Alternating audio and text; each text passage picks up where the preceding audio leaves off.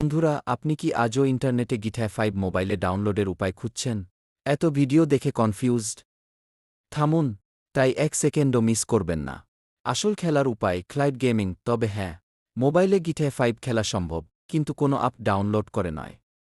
এর একমাত্র উপায় হল ক্লাউড গেমিং।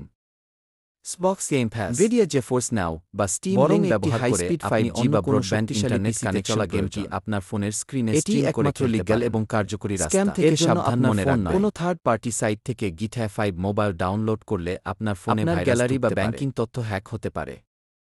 ইন্টারনেটে ভিউসের আশায় অনেকে আপনাকে ডাউনলোড কিন্তু লিঙ্ক দিন দেখাবে। শেষে আপনি কেবল ডেটা এবং সময় নষ্ট করবেন। রকস্টার গেমস যদি কখনও মোবাইল ভার্সন আনে, তবে সেটি তাদের অফিসিয়াল ওয়েবসাইটে বা প্লে স্টোরেই পাওয়া যাবে। ভালো লাগে। 2013 সালে যখন রকস্টার গেমস এই মাস্টারপিসটি রিলিজ করে, তখন থেকেই মোবাইল গেমারদের মনে একটাই স্বপ্ন, কবে এই গেমটি তাদের পকেটে থাকা স্মার্টফোনে চলবে। ইউটিউব বা গুগলে সার্চ করলে আপনি কোটি কোটি ভিডিও পাবেন, যেখানে দাবি করা হয় যে 2 জিবি বা 3 জিবির একটি ফাইল ডাউনলোড করলেই গেমটি আপনার ফোনে চলবে। কিন্তু আপনি কি কখনো ভেবে দেখেছেন এই দাবিগুলো কতটা যৌক্তিক? আজ আমরা এই ভিডিওতে সবকিছুর গভীরে যাব। প্রসেস করার জন্য প্রচুর কম্পিউটিং পাওয়ার লাগে। একটি পিসিতে থাকে ডেডিকেটেড গ্রাফিক্স কার্ড, জিপিইউ এবং শক্তিশালী কুলিং ফ্যান।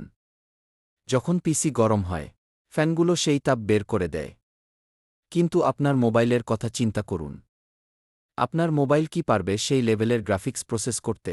বর্তমানের স্ন্যাপড্রাগন 8 জেন 3, স্ন্যাপড্রাগন 8 জেন 3 বা অ্যাপলের এ সিরিজ চিপগুলো অনেক শক্তিশালী ঠিকই, কিন্তু GTA 5 এর জন্য যে অপটিমাইজেশন প্রয়োজন, তা এখনও মোবাইল হার্ডওয়্যারে সম্ভব হয়ে ওঠেনি। রকস্টার যদি গেমটি মোবাইলে আনতে চায়, তবে তাদের গেমের গ্রাফিক্স এতটাই কমাতে হবে যে তা আর আসল GTA 5 এর মতো দেখাবে না।